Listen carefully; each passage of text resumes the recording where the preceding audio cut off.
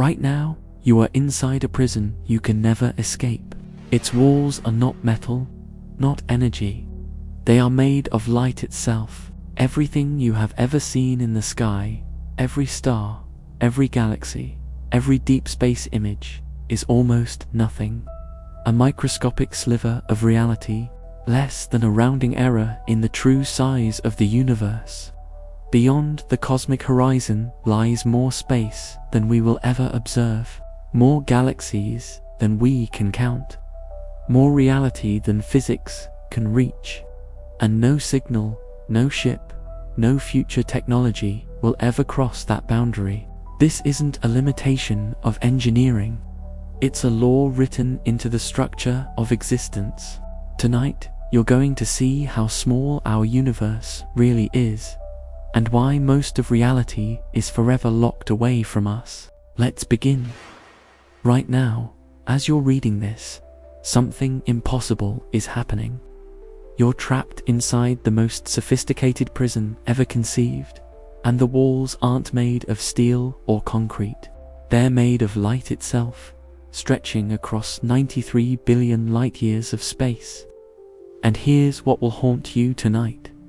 Everything you can see, everything humanity has ever observed, every galaxy captured by our most powerful telescopes, represents less than 1/10,000,000,000th of what actually exists. That's 0.0-0-0-0-0-0-0-0-0-0-0-0-0-0-1%. The rest, forever hidden, forever unreachable, forever beyond the cosmic horizon. Think about that number for a moment. Less than 1/10,000,000,000th.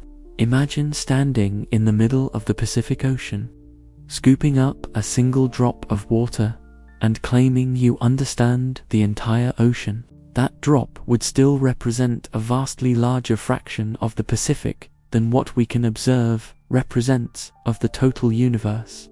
We're not just looking at a small piece of reality.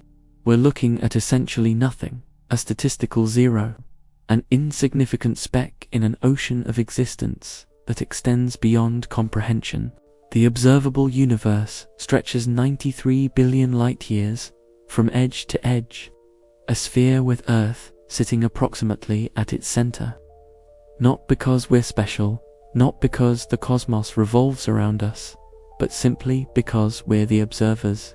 Wherever you stand in the universe, you're at the center of your own observable bubble. It's the ultimate cosmic democracy of insignificance.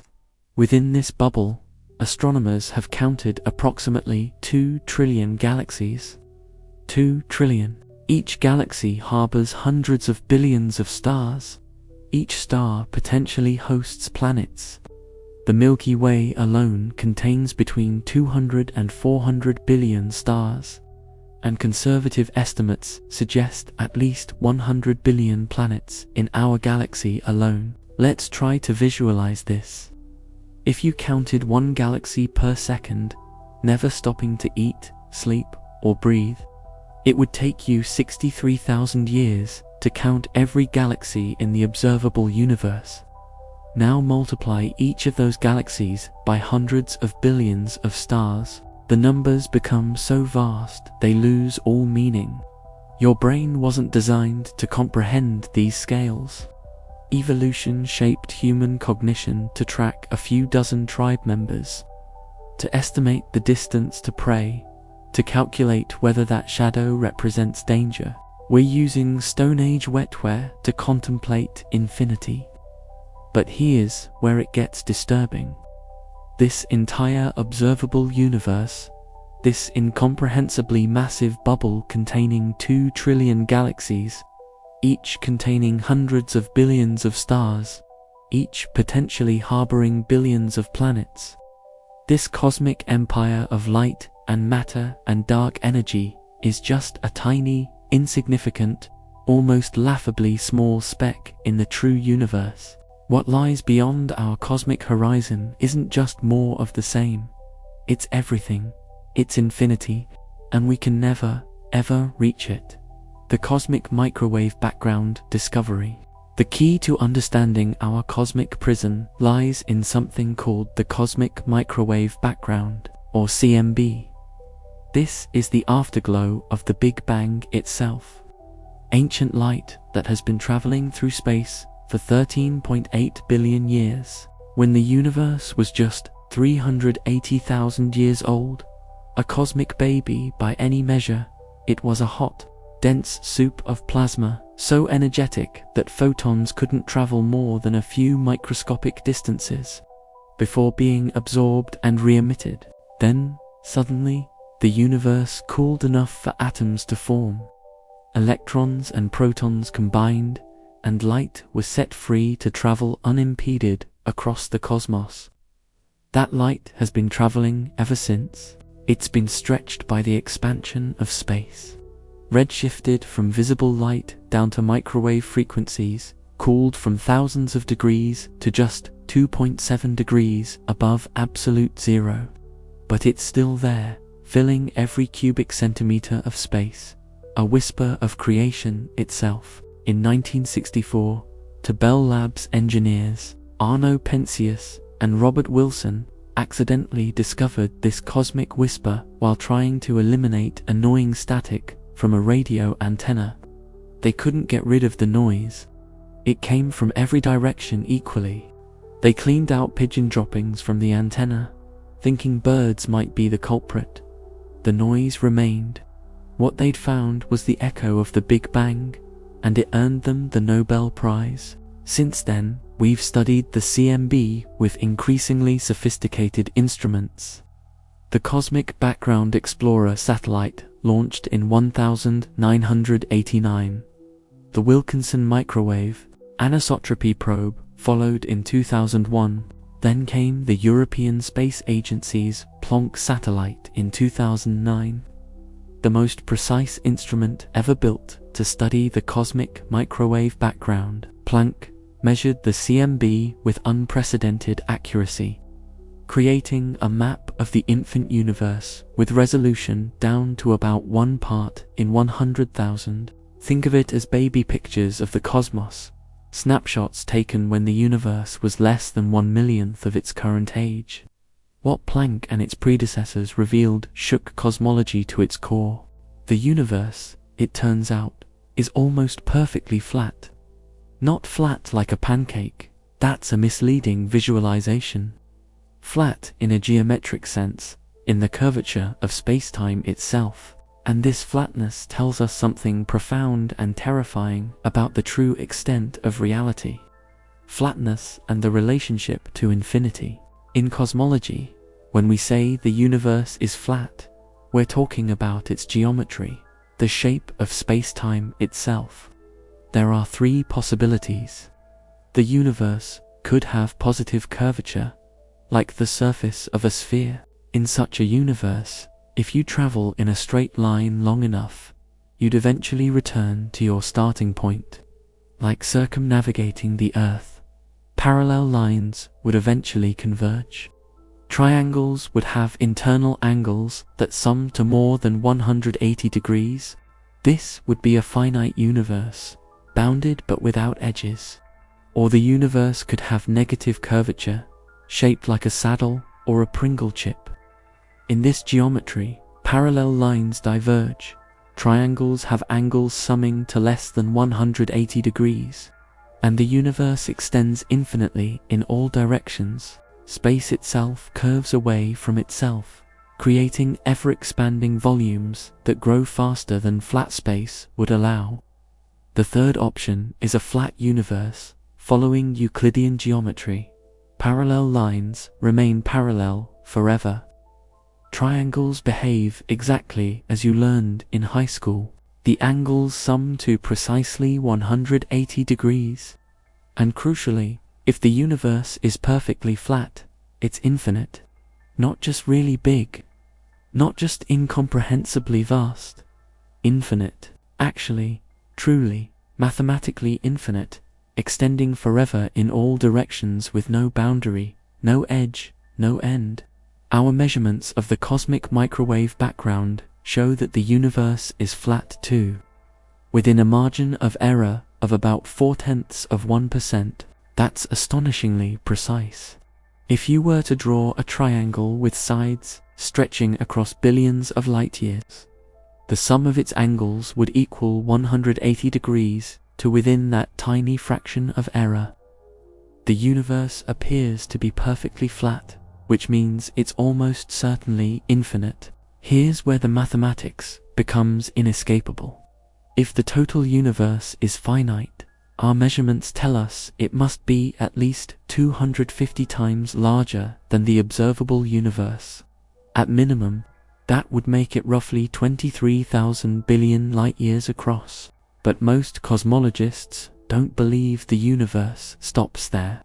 The simplest explanation, the one that requires the fewest additional assumptions, is that the universe is actually infinite. Not just big beyond comprehension, but literally without bound, extending forever in every direction. Picture this. You could travel for eternity in any direction and never reach an edge, because there is no edge. You could journey for Google years, 10 to the power of 100 years, a number so vast that every atom in the observable universe couldn't count high enough, and you'd still be in the middle of infinity, equidistant from nowhere and everywhere simultaneously. What the mathematics shows. The implications of an infinite universe are both mathematically inevitable and philosophically devastating. Let's follow the logic step by step, because once you see it, you can't unsee it. Once you understand the mathematics, reality itself changes. First premise: if the universe is truly infinite, it contains an infinite amount of space. Second premise: our observations show that matter is distributed relatively uniformly across large scales. There are local variations, clusters and voids, filaments and walls, but average it out over scales of hundreds of millions of light years, and the density is remarkably consistent. Third premise: matter is made of atoms, and atoms can only arrange themselves in a finite number of ways within any given volume of space. Here's where it gets interesting. The number of possible arrangements is enormous. Within a region the size of the observable universe, matter could theoretically arrange itself in approximately 10 to the power of 118 different configurations. That's a 1 followed by 118 zeros.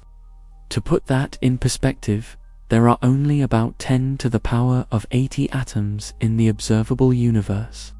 The number of possible configurations dwarfs the number of atoms by a factor so large it might as well be infinite to our limited comprehension. But here's the kicker. Infinity is bigger than any finite number, no matter how large. If the universe is infinite, and matter is distributed uniformly, then every possible configuration must occur, not just once, infinitely many times. This isn't speculation. This isn't philosophy. This is mathematics, cold and inescapable. What does this mean practically? It means that if you travel far enough, perhaps 10 to the power of 10 to the power of 29 meters away, you'll encounter an exact duplicate of the observable universe. Same galaxies in the same locations. Same stars burning with the same light. Same Earth orbiting the same sun. Same you, sitting in the same place, reading these same words, having these same thoughts. Think about what's happening in your life right now. Maybe you're deciding whether to continue reading or to stop. Maybe you're wondering if this is worth your time. In an infinite universe, there are infinite copies of you making every possible choice. Some stopped reading 3 paragraphs ago. Some will read to the end. Some are reading this in different languages, different formats, different contexts.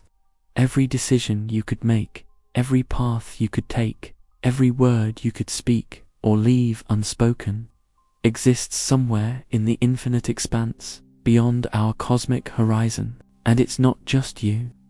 Every person who has ever lived, everyone you've ever known, everyone you've ever loved or hated or passed on the street without noticing, all of them exist in infinite variations, living infinite lives across an infinite cosmos. Your exact duplicate is out there, beyond the reach of light and time. So is a version of you where you made different choices, took different paths, became a different person.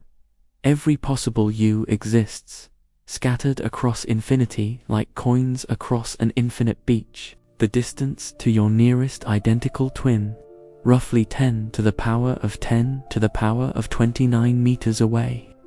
To put that in perspective, the observable universe is only about 10 to the power of 27 meters across. Your duplicate is incomprehensibly, impossibly far away, separated from you by distances so vast they make the observable universe look like a grain of sand on an infinite shore.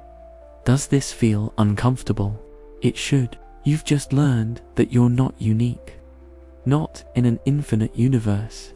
You're one of infinite copies, and the cosmic horizon ensures you'll never meet, never communicate, never even know the others exist. You're alone in your observable bubble, surrounded by infinity, trapped by the speed of light. Welcome to the prison. The walls are made of physics itself, and there is no escape, the limit of light speed. Right now, at this exact moment, you're racing through space at over 500,000 miles per hour. Earth orbits the Sun at roughly 67,000 miles per hour. The Sun drags our entire solar system around the galactic center at 514,000 miles per hour. Our galaxy itself hurtles through space toward the Virgo supercluster at over 1 million miles per hour. And yet, despite all this cosmic motion, despite all this furious speed, you're trapped, imprisoned by something moving even faster. The speed of light. Light travels at exactly 299,792,458 meters per second. That's about 186,282 miles per second, or roughly 671 million miles per hour. It's the cosmic speed limit, the ultimate barrier, the unbreakable law written into the fabric of space-time itself. Einstein proved in 1905 that nothing with mass can reach light speed, let alone exceed it. The equations are unforgiving. As you approach light speed, your mass increases toward infinity, requiring infinite energy to accelerate further. It's not a technological limitation. It's not something we can engineer our way around. It's reality saying no in the most absolute terms possible. But here's what keeps cosmologists awake at night. Staring at the ceiling while their partners sleep peacefully beside them. Light speed, despite being the fastest thing in the universe, isn't fast enough. Not nearly fast enough. The universe is 13.8 billion years old. This means light has had exactly 13.8 billion years to travel through space and reach us. You might think this means the observable universe should extend 13.8 billion light-years in every direction, creating a sphere 27.6 billion light-years across. Double the age, double the distance, simple arithmetic. But you'd be wrong. Catastrophically wrong. And the reason why reveals the true horror of our cosmic imprisonment. The observable universe actually stretches 46.5 billion light-years in every direction from Earth, creating a sphere 93 billion light-years in diameter. Wait, how is that possible? How can we see light from objects 46.5 billion light-years away when the universe is only 13.8 billion years old? Shouldn't that be impossible? Shouldn't the laws of physics prevent light from traveling faster than, well, light? Here's where your intuition breaks down. Here's where the universe reveals itself to be far stranger than you imagined. The expanding trap. Space itself is expanding. Not things moving through space, but space itself, the very fabric of reality. Stretching like dough being kneaded, growing larger with each passing moment. This isn't a metaphor. It's not a convenient visualization. It's what's actually happening. The distance between galaxies increases not because they're flying apart through static space, but because new space is being created between them continuously, relentlessly, inexorably. Imagine you're an ant walking across a balloon. You start at one point and begin marching toward another point directly across from you. You walk at a steady pace, never slowing, never stopping, but while you're walking, someone is inflating the balloon. The surface stretches. The distance to your destination increases. You keep walking at the same speed, but the goal recedes faster than you can approach it. Eventually, if the balloon inflates fast enough, your destination races away faster than you can possibly walk toward it. Even though you never stop moving, even though you maintain your constant speed, this is what's happening to light traveling through the universe. A photon is emitted from a distant galaxy, traveling through space at light speed, never slowing, never deviating. But while that photon journeys toward us, space itself expands behind it and ahead of it and all around it. The galaxy that emitted the photon recedes. The distance the photon must cross increases. By the time the photon finally reaches Earth, billions of years after beginning its journey, the galaxy that emitted it is now much, much farther away than it was when the photon started.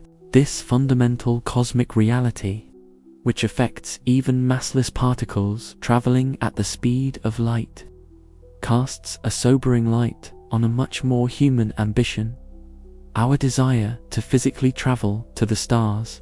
For if space itself can outpace light, what hope do we have? Why no human will ever reach Alpha Centauri? Not because of the distance we measure today, but because of the insurmountable barriers of physics, biology, and time that stand between us, is the subject of our next episode. To understand the ultimate limits of human reach, subscribe to the channel and give this video a like. Because while the universe expands around us, our own biology and technology face a set of challenges just as daunting, proving that some distances are not meant to be crossed by beings like us. Let's trace one specific photon's journey. Imagine a galaxy that existed when the universe was very young, perhaps only a few 100 million years old. At that time, this galaxy was relatively close to our location in space, maybe only a few million light-years away. The galaxy emits a photon. That photon begins its journey through expanding space. For billions of years, it travels, always at light speed, never slowing, never stopping, but space expands around it. The galaxy recedes behind it. New space fills the void. When that photon finally reaches us today, after a journey lasting more than 13 billion years, we can measure how far away that galaxy is now. And the answer is shocking. That galaxy is now more than 46 billion light-years away. It's receding from us at speeds far exceeding the speed of light. Not moving through space faster than light, that's impossible. But carried away by the expansion of space itself, which faces no such speed limit. This is why the observable universe is 93 billion light-years across, despite being only 13.8 billion years old. The light we see today was emitted from galaxies that were much closer when they released their photons. During the billions of years those photons traveled to reach us, space expanded, stretching the distance, pushing the sources farther and farther away. We're seeing ancient light from objects that are now impossibly distant, separated from us by an ever-growing chasm of expanding space. But wait, if space is expanding and carrying distant galaxies away from us, what happens to galaxies that are really, really far away? What happens when the expansion becomes so rapid that space between us and them stretches faster than light can cross it? That's when the prison doors slam shut forever. The cosmic event horizon. There exists a boundary in space, invisible but absolute, beyond which we can never see. It's called the cosmic event horizon, and it represents the ultimate limit of observation. The final wall of our prison, the edge beyond which reality becomes forever inaccessible. Galaxies beyond this horizon are receding from us, faster than light can travel through the expanding space between us. Their light will never reach us. Never. Not in 100 billion years. Not in a trillion years. Not if we wait until the last star dies and the universe grows cold and dark. Never. Think about what this means. There are galaxies out there, right now, that exist in our universe, subject to the same laws of physics, made of the same matter, probably harboring stars and planets, and maybe even life, but they're beyond the cosmic event horizon. The space between us and them expands faster than light can cross it. They're effectively in a separate universe, causally disconnected from us by the expansion of space itself. And it gets worse. The cosmic event horizon isn't static. It's shrinking. Every moment that passes, galaxies that were just barely visible slip beyond the horizon and disappear forever. The observable universe is contracting, not because galaxies are moving away, but because the expansion of space is accelerating, pushing more and more of the cosmos beyond our reach. In the 1990s, astronomers studying distant supernova made a discovery that would earn them the Nobel Prize and fundamentally change our understanding of the universe. They found that the expansion isn't slowing down as everyone expected. Gravity should be putting the brakes on expansion, pulling galaxies back together, maybe even eventually reversing the expansion and causing a big crunch. But that's not what's happening. The expansion is accelerating, getting faster, speeding up. Something is pushing the universe apart with increasing force, something so powerful it overwhelms gravity on cosmic scales. We call it dark energy, which is just a fancy way of admitting we have absolutely no idea what it is. It's not dark matter. That's something different. It's not regular matter or energy. It's something else entirely. Something that makes up roughly 68% of the total energy content of the universe. And it's winning the cosmic tug-of-war against gravity.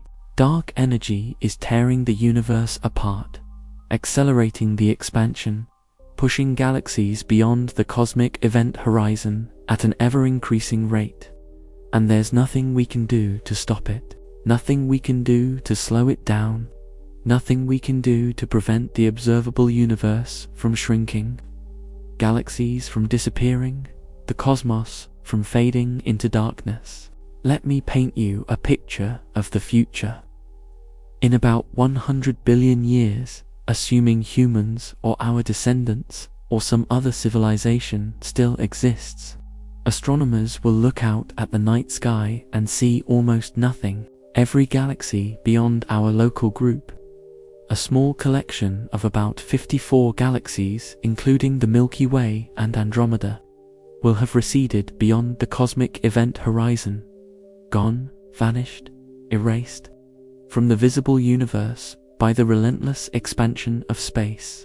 These future observers will see a universe containing only a few dozen galaxies in an infinite void. They might conclude the universe is small and static, just a few galaxy-sized islands in an empty sea. They'll have no evidence of cosmic expansion, no evidence of the Big Bang, no evidence that 2 trillion galaxies once filled their sky. All the evidence of the greater cosmos will have been erased by time and expansion, redshifted into oblivion, pushed beyond the event horizon into eternal darkness. Think about that. Right now, we can see evidence of the Big Bang in the cosmic microwave background. We can observe galaxy clusters at the edge of the observable universe. We can measure the expansion of space itself, but in the deep future, all that evidence will be gone. Future civilizations will look out at an apparently empty universe and draw completely wrong conclusions about reality. The cosmos will have hidden its own history, concealed its own nature, pulled down a curtain of expanding space that obscures the truth. We're living in a privileged time, cosmologically speaking. We can still see the echoes of creation. We can still observe the distant galaxies. We can still detect the cosmic microwave background. But this window is closing. The observable universe is shrinking. The darkness is winning. And there's nothing anyone can do to stop it. The theory of infinite duplicates.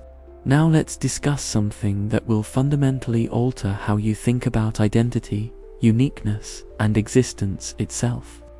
If the universe is infinite, and if matter is distributed relatively uniformly across it, which our observations strongly suggest, then something mathematically inevitable occurs, something you probably won't want to believe, but which follows inescapably from the premises.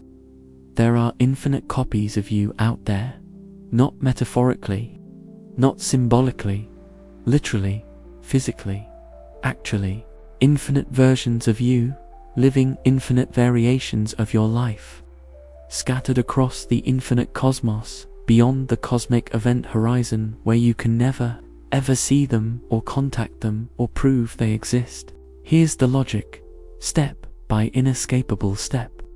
Atoms can only arrange themselves in a finite number of ways within any given volume of space. The number is enormous. Roughly 10 to the power of 118 possible arrangements for a region the size of the observable universe. But it's finite. There are limits. There are boundaries to how many distinct configurations of matter can exist within a specified volume. Now consider infinity. True mathematical infinity. Not just a really big number. Not just more than you can count. Actual infinity. Extending forever, without bound. If the universe is infinite, then it contains infinite volumes of space, each the size of the observable universe. And if matter is distributed uniformly, each of those volumes contains matter in one of those 10 to the power of 118 possible configurations. But infinity is bigger than any finite number, no matter how large. 10 to the power of 118 is huge, incomprehensibly vast, larger than the number of atoms in the observable universe by 38 orders of magnitude, but it's still finite. And infinity contains infinite copies of every finite set. This means that every possible configuration must repeat, must occur again and again and again, infinitely many times across the infinite expanse of space. What does this mean for you? It means that somewhere out there, beyond the cosmic horizon, beyond the reach of light and time and observation, there's a region of space identical to our observable universe. Same galaxies in the same locations. Same Milky Way with the same spiral arms. Same solar system with the same planets. Same Earth with the same continents and oceans. Same history unfolding in the same way. Same you, reading these same words at this exact moment, thinking these exact thoughts. How far away is this duplicate universe? Mathematician Max Tegmark calculated the distance, roughly 10 to the power of 10 to the power of 29 meters. That's a 1 followed by 10 to the power of 29 zeros. To give you a sense of scale, the observable universe is only about 10 to the power of 27 meters across. Your duplicate is separated from you by a distance so vast it makes the observable universe look infinitesimal by comparison, and that's just the nearest identical copy. There are infinite others, some farther away, some in regions where quantum events unfolded differently, where small variations cascaded into large differences, where history took different paths. There are versions of you where you made different choices at critical moments. Versions where you took that job you turned down. Versions where you called that person back. Versions where you were born in different circumstances, lived different lives, became different people. The mathematical reality of your twins. Let's dig deeper into what this actually means. Tegmark calculated not just the distance to identical copies, but distances to various types of duplicates. Your nearest identical copy, down to every atom, every quantum state, every thought firing through every neuron, exists roughly 10 to the power of 10 to the power of 29 meters away. An observable universe region where everything is identical except the position or state of one single particle exists at about 10 to the power of 10 to the power of 92 meters away. Universes where quantum events went differently, where radioactive atoms decayed at different moments, where cosmic rays struck different molecules, exist much farther still. But here's what's truly these aren't parallel universes in the science fiction sense. They're not in another dimension. They're not accessible through wormholes or magic portals or quantum tricks. They're right here, in our space-time, in our universe. Just impossibly, unreachably far away.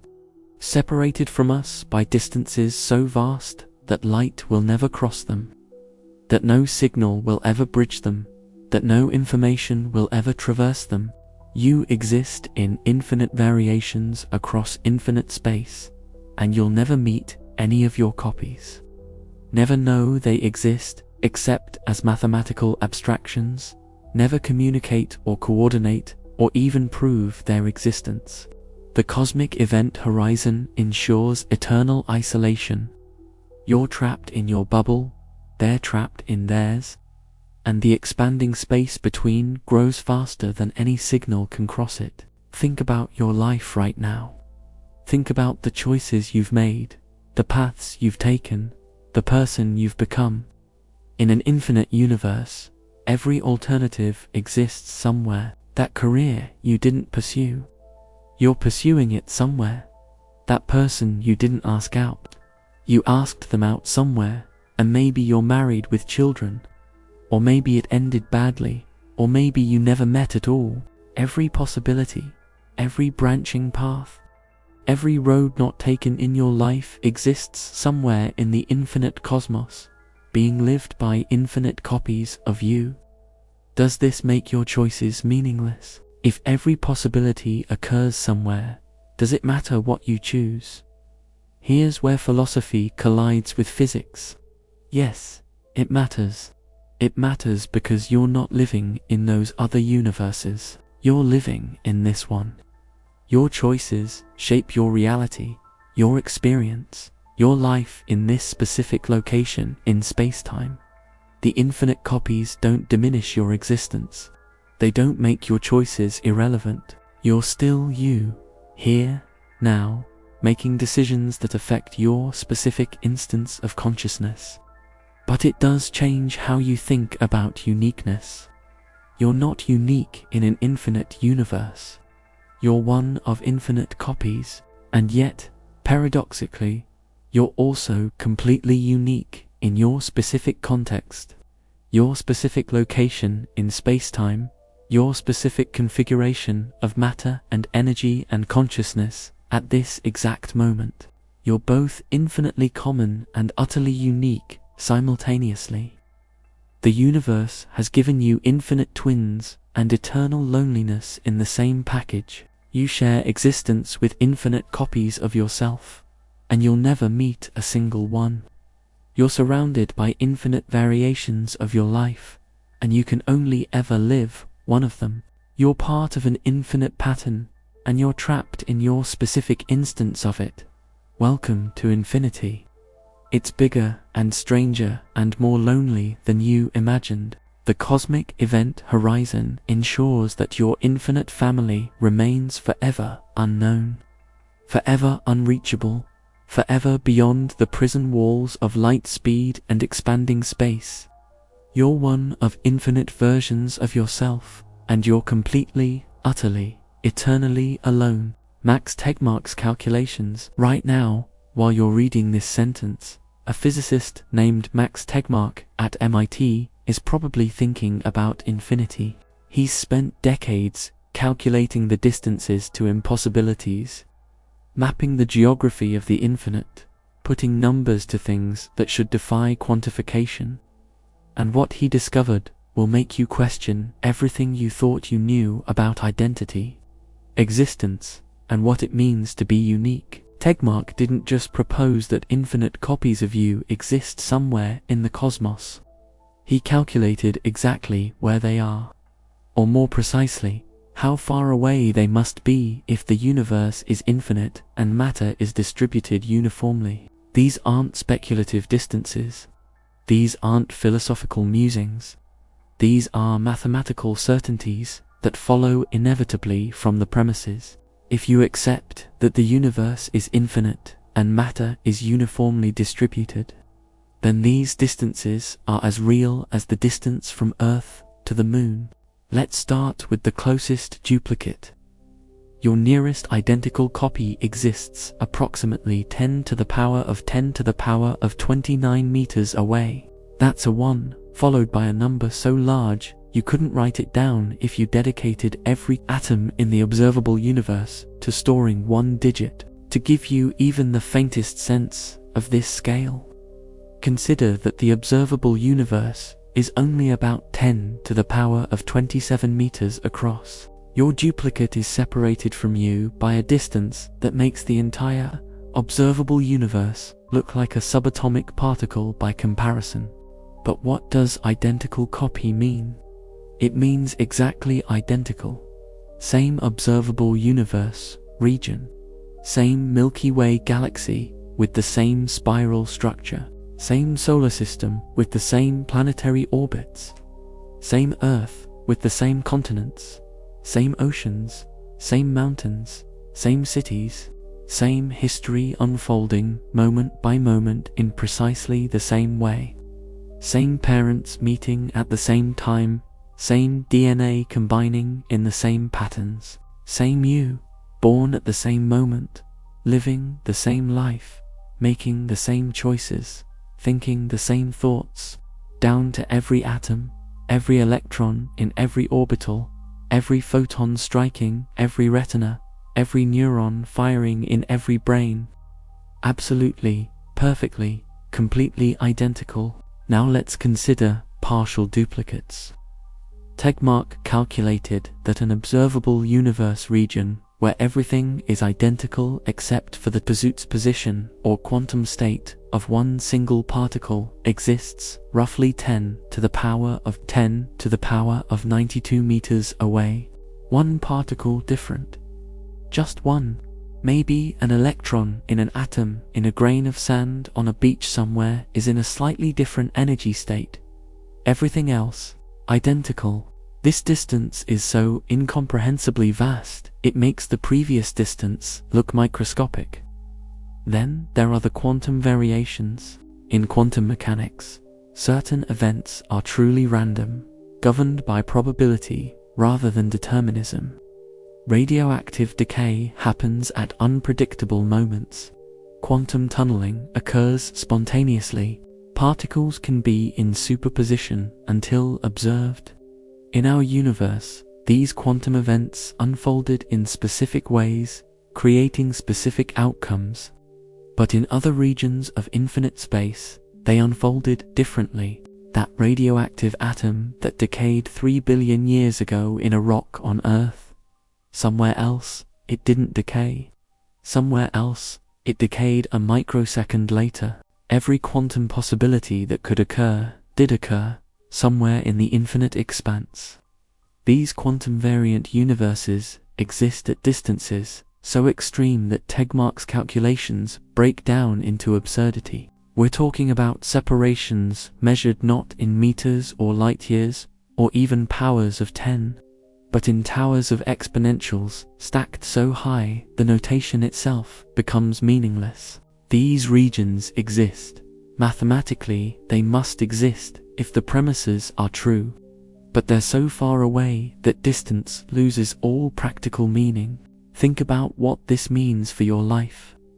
Every decision you've ever made, every choice you've faced, every moment of uncertainty where you could have gone left or right, stayed or left, spoken or remained silent, all of those alternative paths are being lived by your duplicates right now, in regions of space so distant they might as well be in separate universes.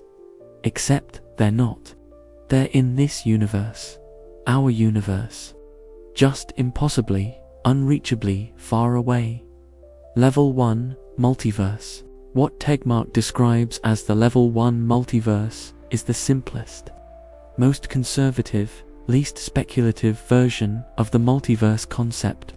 It doesn't require new physics. It doesn't invoke parallel dimensions or quantum many-worlds or string theory with its 11-dimensional brains. It requires only 3 assumptions, and all 3 are supported by current observations. First assumption: the universe is infinite. We've discussed this extensively.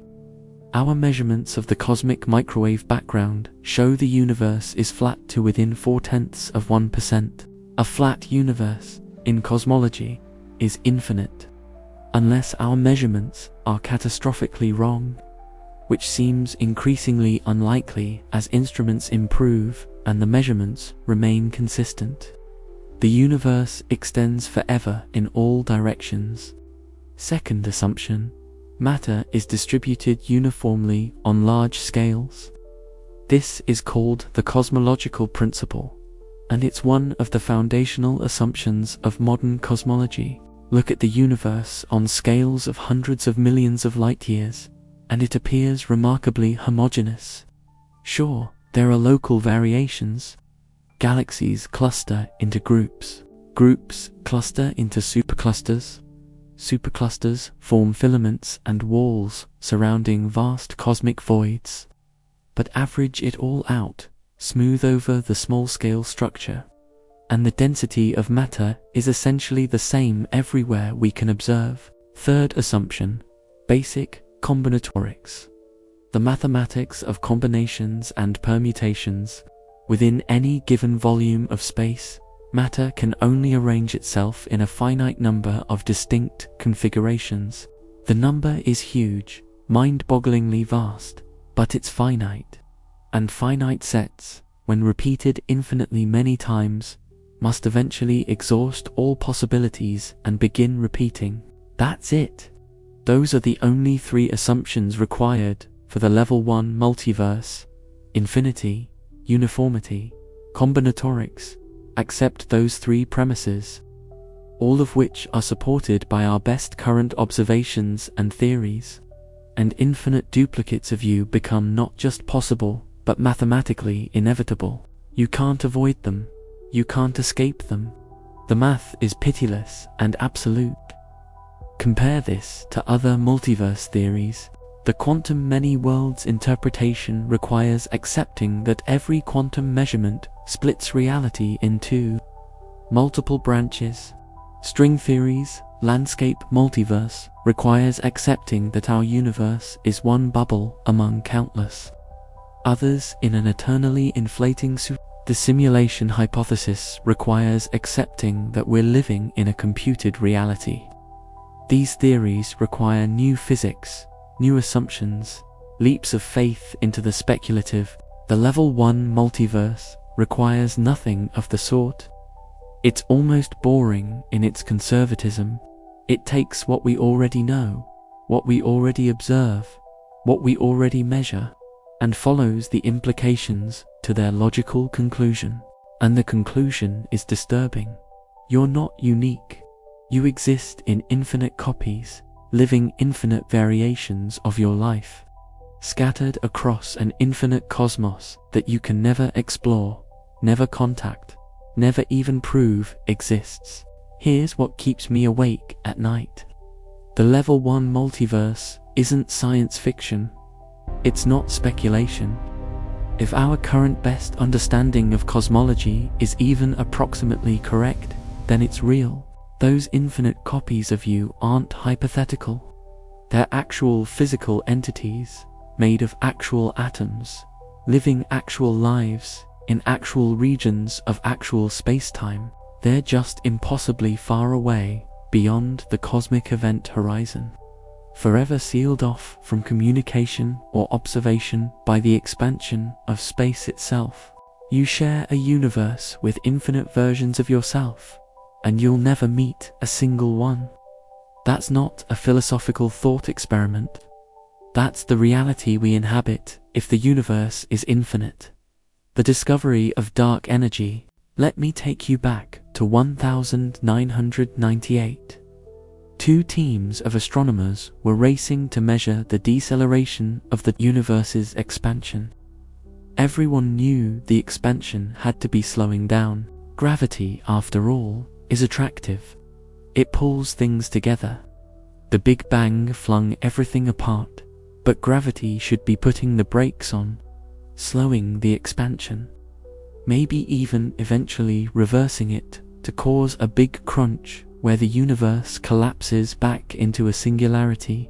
The two teams, the Supernova Cosmology Project, led by Saul Perlmutter, and the Heisey Supernova Search Team, led by Brian Schmidt and Adam Rees, were using Type Ia supernova as cosmic distance markers. These stellar explosions are remarkably consistent in their intrinsic brightness.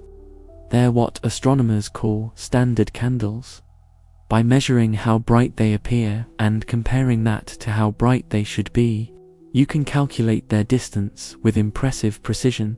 Both teams observed distant supernova, some billions of light years away, comparing their distances to their redshifts, which tells you how fast the universe was expanding when their light was emitted. The expectation was clear. Distant supernova should be closer than they would be in a universe expanding at constant rate, because gravity should have slowed the expansion. The more distant the supernova, the greater the deviation, allowing the teams to measure exactly how much the expansion was decelerating. Except that's not what they found. The distant supernova were farther away than expected. Not closer, farther.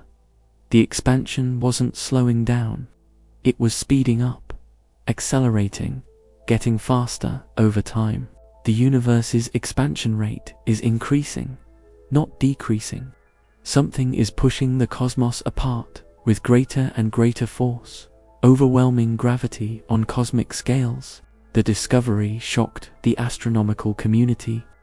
It overturned decades of assumptions. It demanded explanation. And the explanation is both simple and profoundly unsatisfying. Dark energy. We call it dark energy because we have absolutely no idea what it actually is. It's not matter, dark or otherwise. It's not radiation. It's not any form of energy we understand from laboratory physics. It's something else entirely. Something that makes up roughly 68% of the total energy content of the universe. And it's tearing the cosmos apart. Dark energy behaves unlike anything else in physics. Its density appears to be constant throughout space and time. As the universe expands, matter gets diluted. The density of atoms decreases as they spread across larger volumes. Radiation gets diluted even faster. But dark energy, its density stays constant. More space means more dark energy.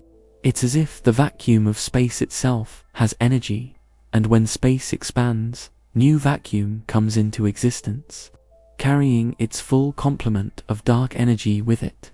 The implications are staggering. Dark energy is winning the cosmic struggle against gravity. It's accelerating the expansion. It's pushing galaxies apart at ever-increasing rates. And it's shrinking the observable universe, the shrinking cosmic horizon. Here's the nightmare scenario that cosmologists have calculated with depressing precision. As the expansion accelerates, driven by dark energy, galaxies recede from us faster and faster. Eventually, they recede so fast that space between us expands faster than light can cross it. When that happens, those galaxies slip beyond the cosmic event horizon and disappear forever from our observable universe. This is happening right now. Every second that passes, galaxies that were just barely visible cross the horizon and vanish. Not because they're destroyed, not because they stop existing. They're still out there, still shining, still evolving. We just can't see them anymore. The space between us expands faster than their light can reach us. They've fallen off our cosmic map, erased from observation by the relentless acceleration of expansion. The cosmic event horizon, the boundary of the observable universe, is approximately 46.5 billion light-years away. But this boundary is shrinking. Galaxies just inside it today will be outside it tomorrow. Well, not literally tomorrow, but on cosmic timescales, very soon. The observable universe is contracting, losing galaxies to the accelerating expansion, like grains of sand slipping through fingers. Let's fast forward to the future. In about 100 billion years, assuming dark energy continues behaving as it currently does, the observable universe will have shrunk dramatically. Every galaxy beyond our local group will have receded beyond the cosmic event horizon. Gone, vanished, disappeared behind the curtain of expanding space. Our local group is a small collection of about 54 galaxies gravitationally bound together. The Milky Way is one. Andromeda is another. There are various smaller dwarf galaxies orbiting both. These galaxies are close enough that their mutual gravitational attraction overcomes the expansion of space. They're not receding from each other. In fact, Andromeda is approaching the Milky Way, and in about 4 billion years, they'll collide and merge into a larger elliptical galaxy. But every galaxy outside this local group will be gone. The Virgo cluster, gone. The Coma cluster, gone. The distant quasars, billions of light-years away, long gone. The 2 trillion galaxies currently populating the observable universe will have dwindled to a few dozen islands of stars in an infinite ocean of darkness. Picture yourself as an astronomer in that distant future. You look out at the night sky with the most powerful telescopes imaginable. Instruments that make the James Webb Space Telescope look like a child's toy, and you see almost nothing. A few dozen galaxies, many of them merging or already merged into larger structures beyond them. Darkness, infinite, empty, perfect darkness. No distant galaxies, no cosmic microwave background. That too will have redshifted into invisibility. No evidence of cosmic expansion. No evidence of the Big Bang. Nothing. What conclusions would you draw? You might conclude the universe is small, finite, static.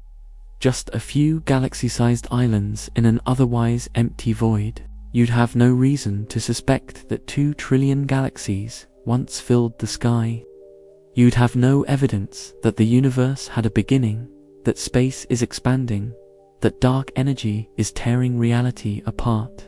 All the evidence would have been erased by time and expansion. The future civilization's delusion. Imagine you're a cosmologist in that far future. You've spent your career studying the universe, trying to understand its nature, its origin, its fate. You look at the evidence available to you. A few dozen galaxies, apparently static, showing no signs of overall expansion or contraction.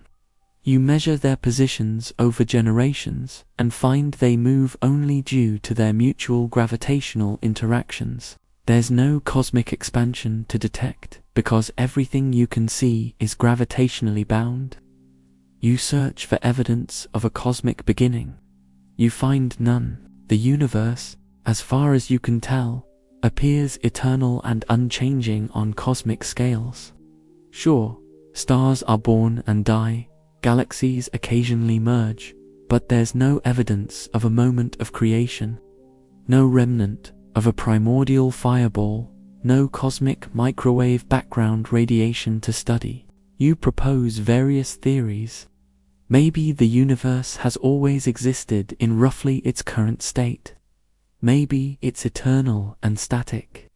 Maybe the laws of physics have always been as they are now, governing an unchanging cosmos that extends forever in all directions. These theories fit the evidence.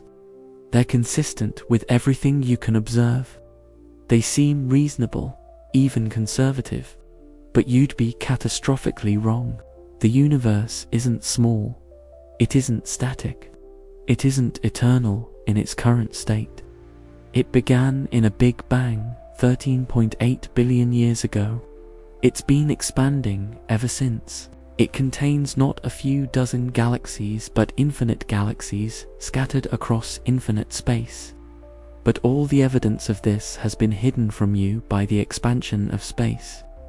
Redshifted beyond detection, pushed beyond the cosmic event horizon into eternal inaccessibility. This is the future we're condemning civilizations to if they arise in that distant era. They'll live in an apparently empty universe, surrounded by darkness, with no way to know the truth about cosmic history or cosmic geography. They'll be imprisoned not just by the speed of light and the expansion of space, but by the timing of their existence. They'll have arisen too late to see the universe as it truly is. We, living now, in this era, are privileged. We can still see the cosmic microwave background. We can still observe distant galaxies. We can still detect the expansion of space. We can still gather evidence about the Big Bang, about cosmic inflation, about the evolution of structure across cosmic time. We're living in a golden age of cosmology, a brief window when the universe reveals its secrets before dark energy erases the evidence. But that window is closing. Every year that passes, more galaxies slip beyond the horizon. Every measurement we make now might be impossible for future civilizations to repeat. We're witnesses to a cosmic truth that will eventually be hidden, observers in an era when observation is still possible. Before the universe pulls down the curtain and conceals its own history. Think about that. The universe is actively hiding itself from future observers. Dark energy is erasing the evidence of cosmic history. The observable universe is shrinking. The truth is becoming inaccessible, not because of any conspiracy, not because of any intent, but simply because of the physics of expansion and the properties of dark energy. Reality itself is becoming unknowable through the simple progression of time. You're living in a special moment. The universe is still observable. The evidence still exists. The cosmic microwave background still bathes the cosmos in ancient light. Distant galaxies still shine in the night sky. But this moment is temporary. It's fleeting. It's precious. And it's ending, gradually but inevitably. As dark energy tears the observable universe apart and pushes the truth beyond our cosmic horizon. Welcome to the era of evidence. Enjoy it while it lasts. Because the darkness is winning, the horizon is shrinking, and the cosmos is disappearing into infinite, inaccessible space. We're watching the universe hide itself, and there's nothing we can do to stop it. This inexorable cosmic hide-and-seek, which will one day make even the light from neighboring galaxies unattainable, reflects a smaller scale, more personal truth. Some cosmic distances are and will forever remain unbridgeable for us. Not in billions of years, but right now. Why no human will ever reach. Alpha Centauri, a star practically on our cosmic doorstep, is a stark reminder of the profound limits that space, time, and our own biology place on even our grandest ambitions. To explore the definitive reasons why interstellar travel is a human impossibility, subscribe to the channel and give this video a like. For while the universe is hiding its grandest secrets from all future civilizations, it also places an uncrossable moat around even the nearest star, ensuring that some mysteries and some worlds will remain forever out of human reach. The unknown, 99.9%. Right now, beyond the cosmic event horizon, beyond the reach of light and time and human observation, lies 99.9% of reality. Not metaphorically, not approximately, actually, the observable universe, that 93 billion light-year sphere containing 2 trillion galaxies, represents less than 1/10,000,000th of what exists, and we have no idea what's out there. None. We can never observe it directly. We can never send probes to explore it. We can never receive signals from it. The cosmic horizon is absolute, final, eternal. But cosmologists don't like saying we don't know. They prefer we can make educated guesses, and so they do, building on what we can observe, extrapolating from known physics, constructing theories about what might lie beyond our prison walls. The simplest assumption, the one requiring the fewest additional hypotheses, is that the unobservable universe looks pretty much like the observable universe. More galaxies, more stars, more planets, more cosmic structure following the same patterns we see here. This assumption rests on something called the cosmological principle, one of the foundational ideas in modern cosmology. The principle states that the universe is homogeneous and isotropic on large scales. Homogeneous means it's the same everywhere. Isotropic means it looks the same in every direction, no matter where you are in the cosmos, no matter which way you look. Averaged over scales of hundreds of millions of light years, the universe appears uniform. This isn't just philosophical speculation. We have evidence. The cosmic microwave background, that ancient light from the Big Bang, is remarkably uniform across the entire sky. Its temperature varies by only about 1 part in 100,000 from place to place. The distribution of galaxies, when you smooth out local variations, appears statistically identical in every direction we look. The laws of physics, as far as we can tell, work the same way everywhere. So the conservative bet is that beyond our horizon, the universe continues in the same way. More cosmic web structure, more galaxy superclusters, more filaments and walls and voids. Just infinitely more of it, forever, in all directions, beyond our ability to ever observe or confirm. But here's where it gets interesting. What if the cosmological principle is wrong? What if the universe isn't homogeneous on the largest scales? What if there are structures so vast, so incomprehensibly large, that the observable universe is too small to reveal them? The cosmic web structure. Let's start with what we know. Matter in the universe isn't distributed randomly. It forms structures, patterns, hierarchies of organization that emerge from the physics of gravity and the initial conditions set by cosmic inflation. Stars cluster into galaxies. Galaxies contain hundreds of billions of stars, span hundreds of thousands of light years, and contain more matter than our minds can comprehend. The Milky Way alone contains roughly 200 to 400 billion stars and has a mass of about 1.5 trillion times the mass of our Sun. Galaxies cluster into groups and clusters. Our local group contains about 54 galaxies.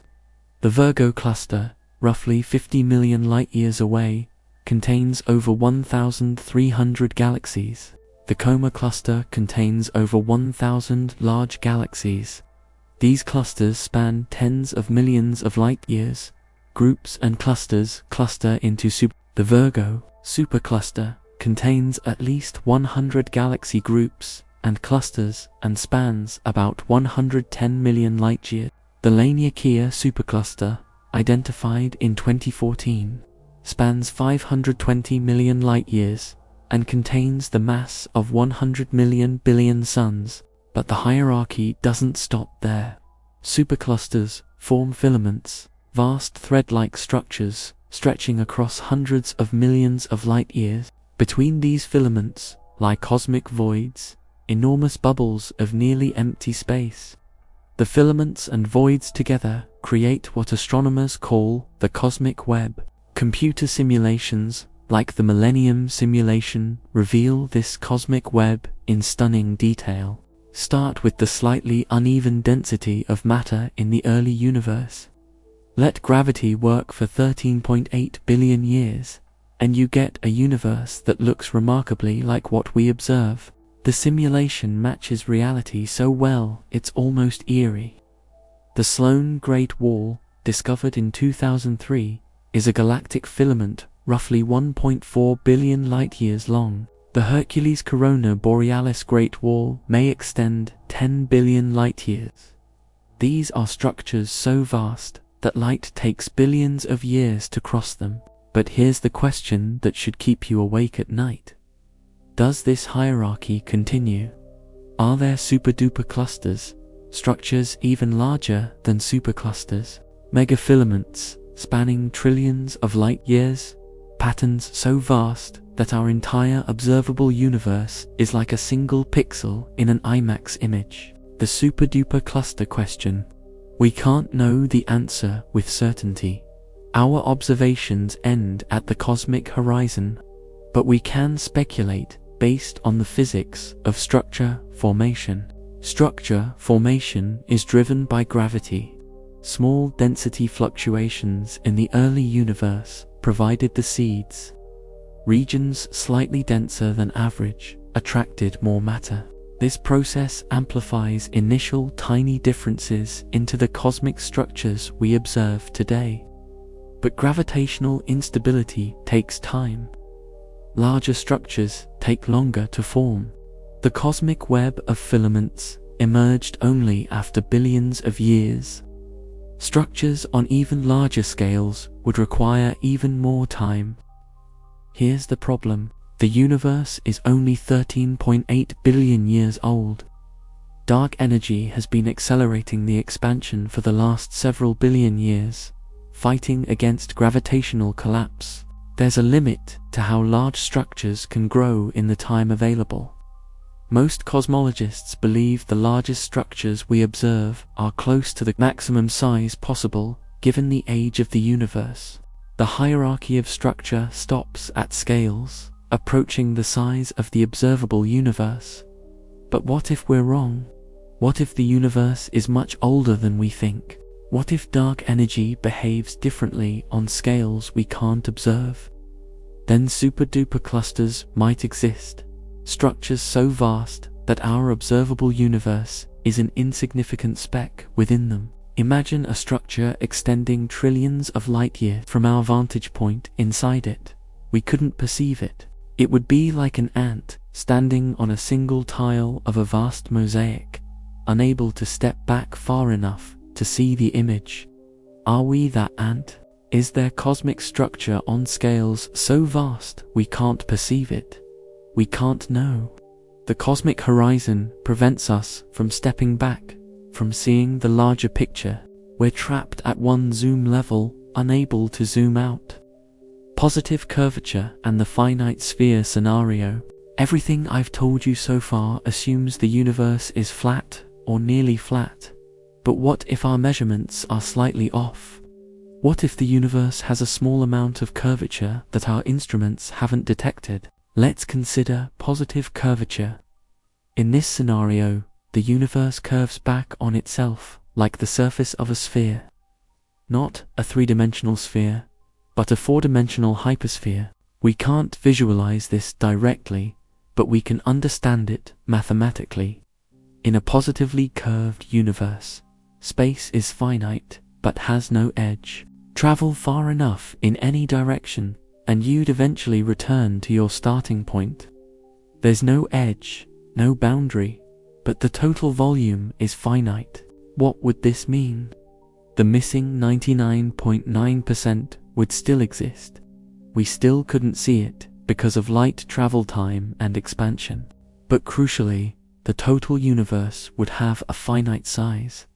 There wouldn't be infinite copies of you. The total amount of space and matter would be limited.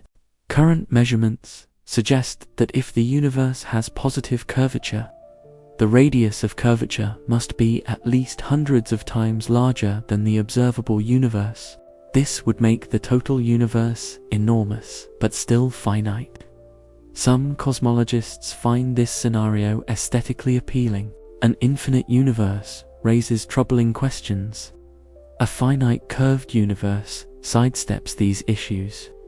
The Big Bang becomes the beginning of a large but finite volume of space. But a finite universe has strange implications. If you could travel far enough, you'd eventually circumnavigate the entire cosmos. Light from Earth could theoretically travel all the way around the universe and return. We might see ancient images of the Milky Way. Astronomers have searched for evidence of this cosmic mirroring. So far, they've found nothing. The finite sphere scenario remains possible, but increasingly constrained by observations, negative curvature, and the hyperbolic saddle.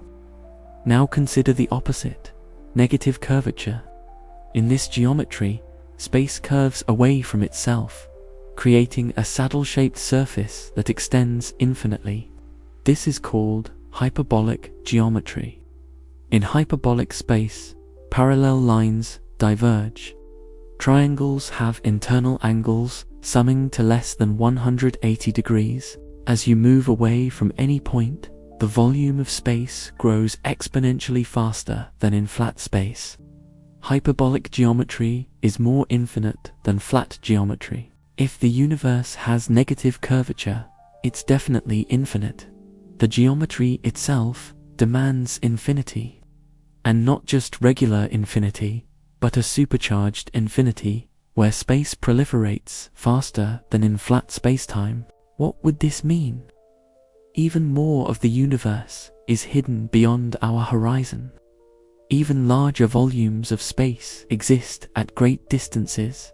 Even more copies of you scattered across even vaster reaches of cosmos. Current observations rule out strong negative curvature. The universe, if negatively curved, must be very close to flat. But slight negative curvature remains consistent with all observations. Our measurements of cosmic geometry come primarily from the cosmic microwave background. We measure the sizes of hot and cold spots in this ancient radiation. The measurements are incredibly precise, but they're not perfect. There's still a small margin of error. As instruments improve, this window narrows. The Planck satellite provided the most precise measurements ever. Future missions will push precision even further. But we may never measure the curvature precisely enough to rule out all alternatives conclusively. What if our measurements are wrong? Let's confront an uncomfortable possibility. What if everything I've told you is based on flawed premises? What if our measurements are misleading?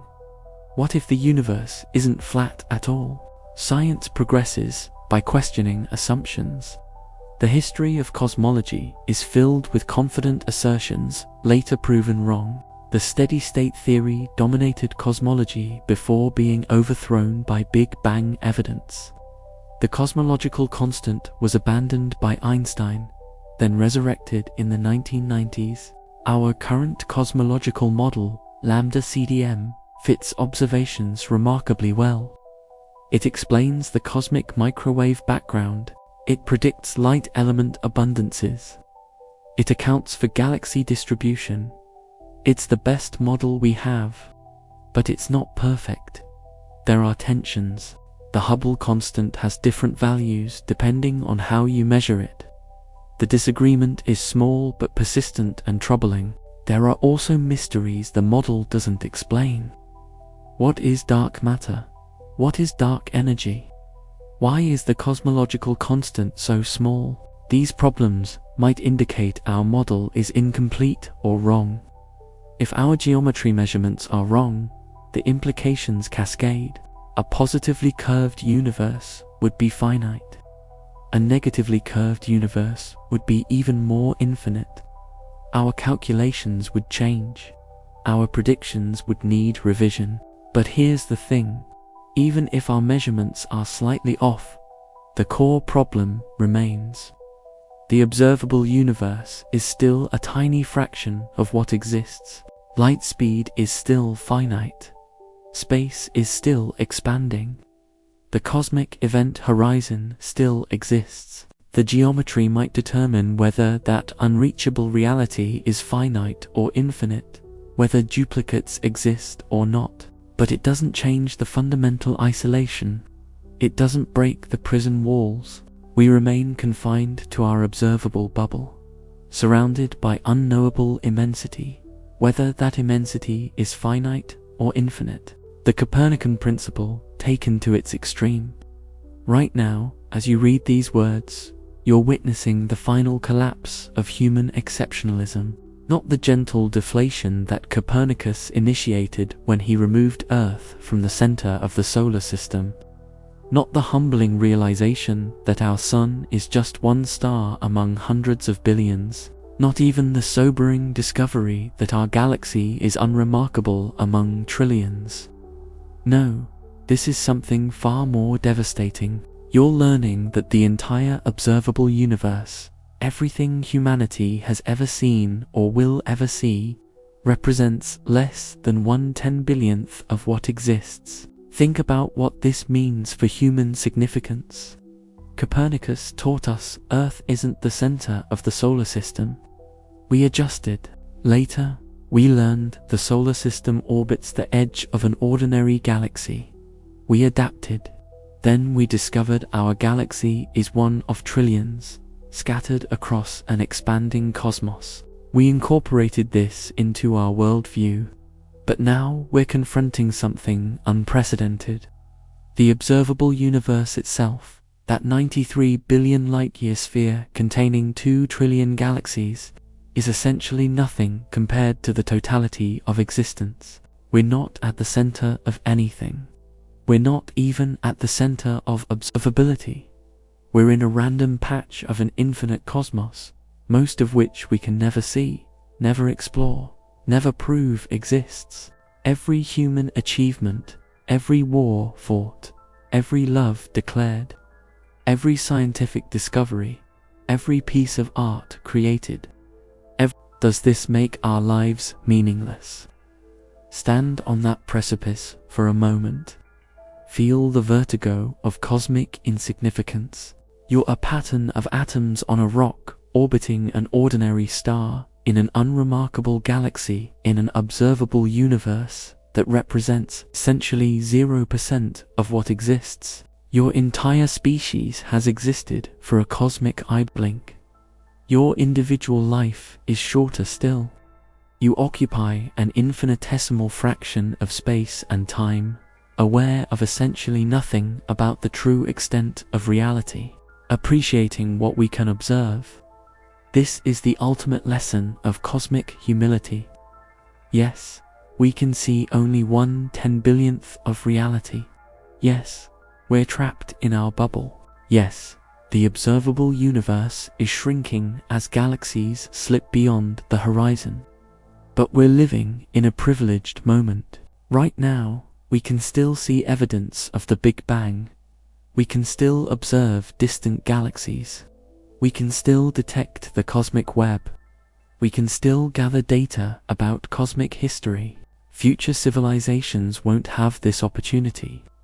In 100 billion years, if any observers still exist, they'll look out at an apparently empty universe containing only a few dozen galaxies. They'll have no evidence of cosmic expansion, no cosmic microwave background, no distant quasars, no way to deduce the true nature of the cosmos.